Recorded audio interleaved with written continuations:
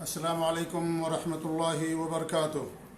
الحمدللہ رب العالمین والعاقبۃ للمتقین ولا عدوان الا علی الظالمین واشهد ان لا الہ الا اللہ وحدہ لا شریک لہ واشهد ان محمدا عبدہ ورسولہ بلغ الرسالہ وادى الامانہ ونصح الامہ وترکها علی المحجۃ البیضاء لیلها كنهارها لا يزیغ عنها الا اذا كان من الهالکین صلوات اللہ وسلامہ علیہ وعلى آلہ وعلى اصحابہ ومن اهتدى بهديه واستنى بسنته الى يوم الدين اما بعد۔ معزز ناظرین و مشاہدین و سامعین کرام، عید کی مناسبت سے آج کا سوال ہے کہ عید کے آداب کیا ہیں۔ سب سے پہلی بات تو یہ ہے کہ عید یہ مسلمانوں کے اسلامی تہوار کا نام ہے۔ عید خوشی کا دن ہے، اللہ کی بڑائی، اس کی پاکیزگی، اس کی عبادت اور اس کے نبی جناب ابی محمد رسول اللہ صلی اللہ علیہ وسلم کی اطاعت اور ان کی سنت کی اتباع، اسی طریقے سے کھانے پینے اور غریبوں کے ساتھ ہمدردی کا دن ہے۔ مسلمانوں کے لیے صرف دو عیدیں ہیں، ایک عید الفطر اور دوسری عید الاضحیٰ۔ عید الفطر رمضان کے بعد شوال کی پہلی تاریخ کو منائی جاتی ہے، اور عید الاضحیٰ ذوالحجہ کے مہینے میں ذوالحجہ کی 10 تاریخ کو منائی جاتی ہے۔ ہماری عید دوسری اقوام ملل کی عید سے اکثر مختلف ہوتی ہے۔ ہم مسلمانوں کی عید میں کوئی شور شرابہ، ہنگامہ، ہلڑ بازی، موج مستی، چیخ و پکار نہیں ہوتی۔ سادگی کے ساتھ خوشیوں کا اظہار ہوتا ہے، اللہ کی عبادت کی جاتی ہے اور اس کے نبی کی سنت پر عمل کیا جاتا ہے، کیونکہ ایک مسلمان خوشی اور غمی کے موقع پر شریعت کا پابند ہوتا ہے۔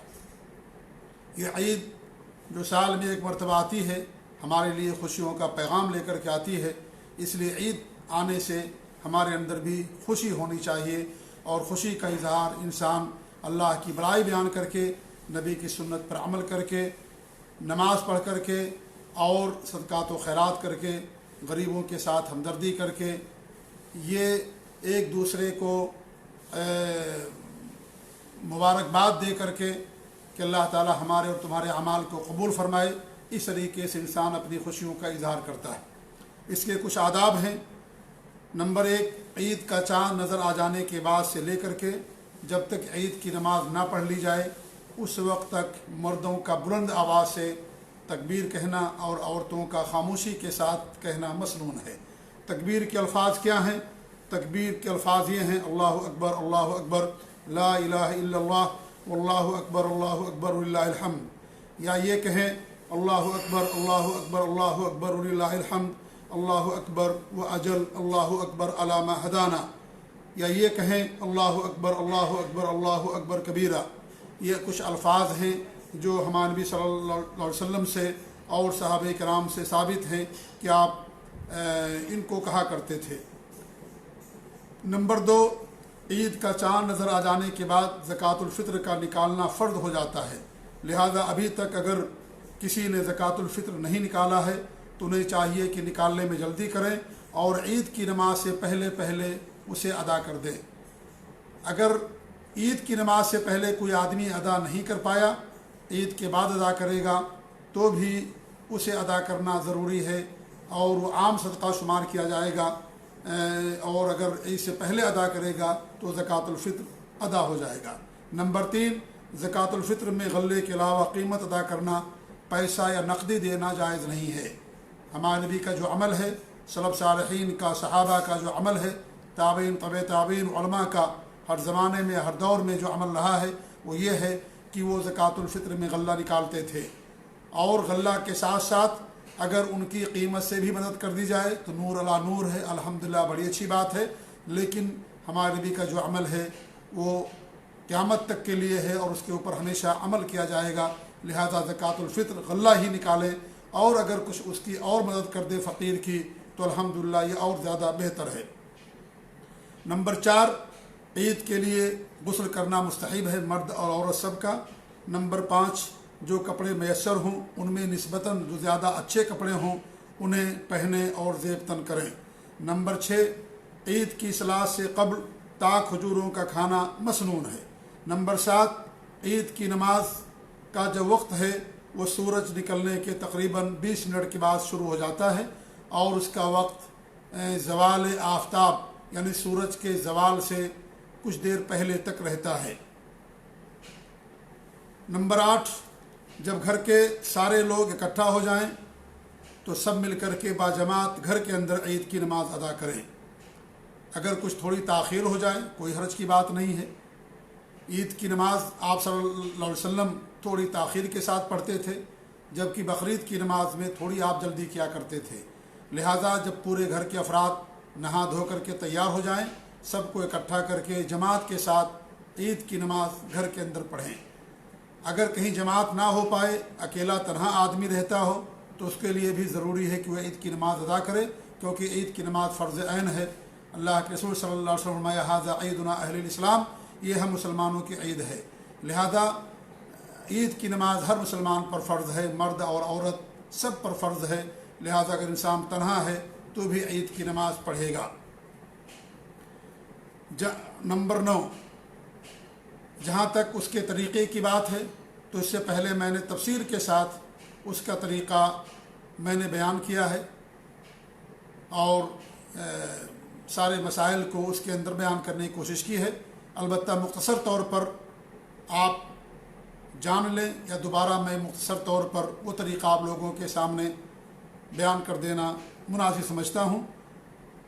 عید کی نماز سے پہلے نہ کوئی اذان ہے نہ کوئی اقامت ہے، اسی طریقے سے اس کی کوئی نیت نہیں ہے کہ انسان زبان سے اس کی نیت ادا کرے۔ نہ صرف عید کی نماز بلکہ جتنی بھی عبادات ہیں، کسی بھی عبادت کی نیت زبان سے کرنا یہ قطعاً جائز نہیں ہے۔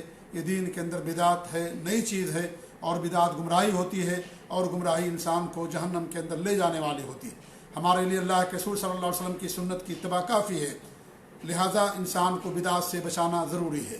تو یہ زبان سے نیت ادا کرنا کسی بھی عبادت کی یہ قطعاً اسلام کے اندر جائز نہیں ہے۔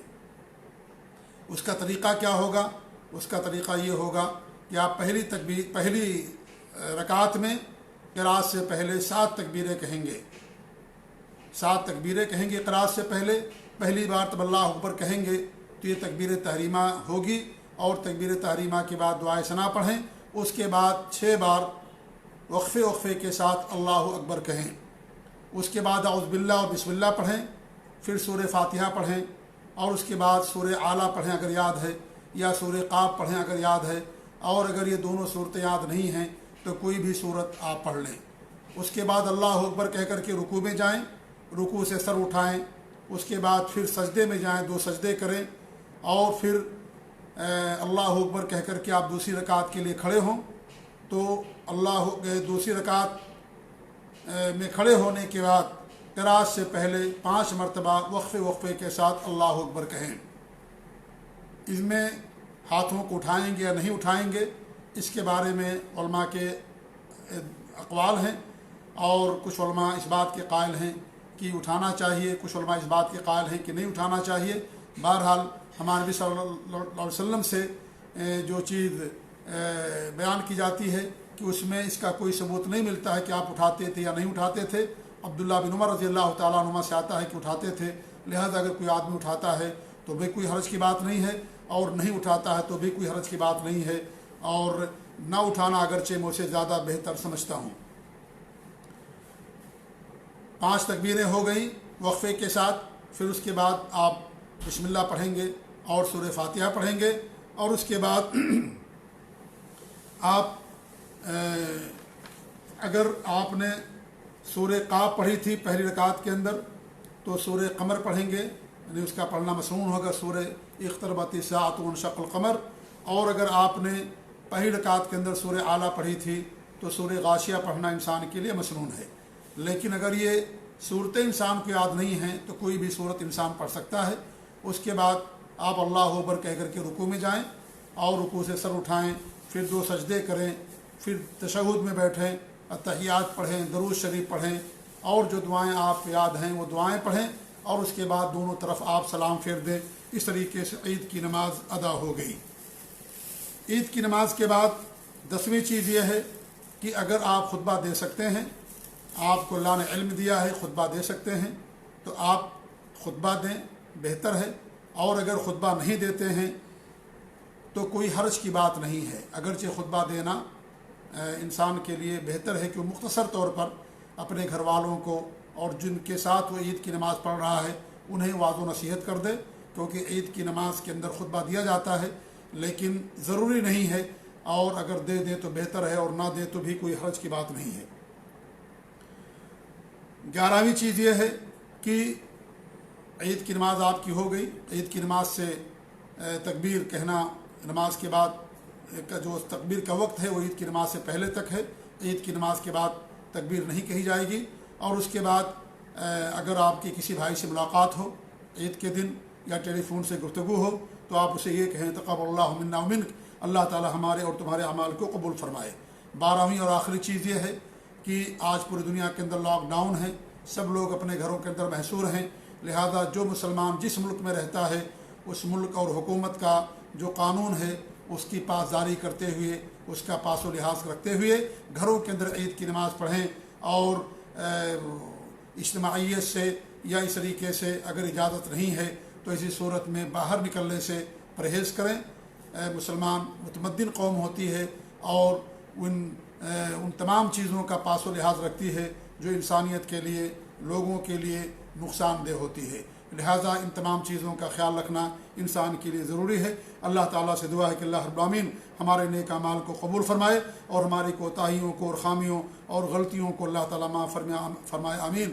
وجزاکم اللہ خیر، وصلی اللہ علیہ محمد وعلی آلہ وصحبہ اجمعین، والسلام علیکم ورحمۃ اللہ وبرکاتہ۔